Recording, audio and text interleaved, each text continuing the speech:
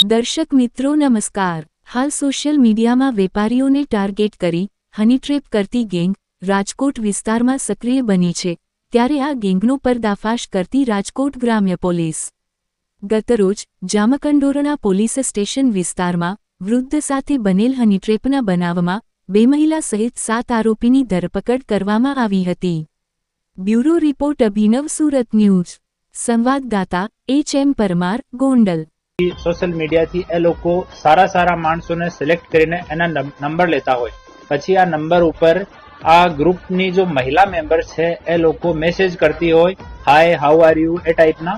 પછી જ્યારે કોઈ સામાથી માણસ રિસ્પોન્ડ કરે તો એની સાથે એ લોકો વાત કરે, 1 મહિના લગભગ સુધી વાત કરે, પછી મળવા માટે બોલાવે।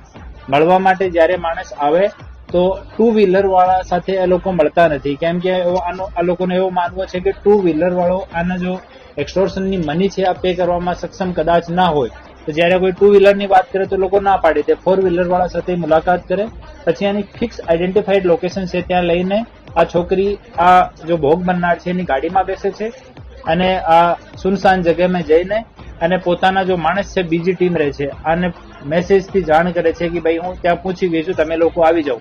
પછી 3-4 લોકોની આની બીજી ટીમ આવે છે, એ લોકો જો વિક્ટિમ છે એની સાથે મારકૂટ કરે છે। કોઈ આ જો લડકી છે જો પ્લાન્ટ કરેલી અને કોઈ પોતાની બહેન બતાવે, કોઈ પોતાની બેટી બતાવે, કોઈ પોતાની ભાણજી બતાવે અને આ માણસ સાથે મારકૂટ કરે, પછી એ લોકો આને ધાક ધમકી રેપ કા ગુનામાં ફસાવાની ધમકી આપે છે। એમ કરીને એ લોકો એક્સટોર્શન કરતા હોય છે।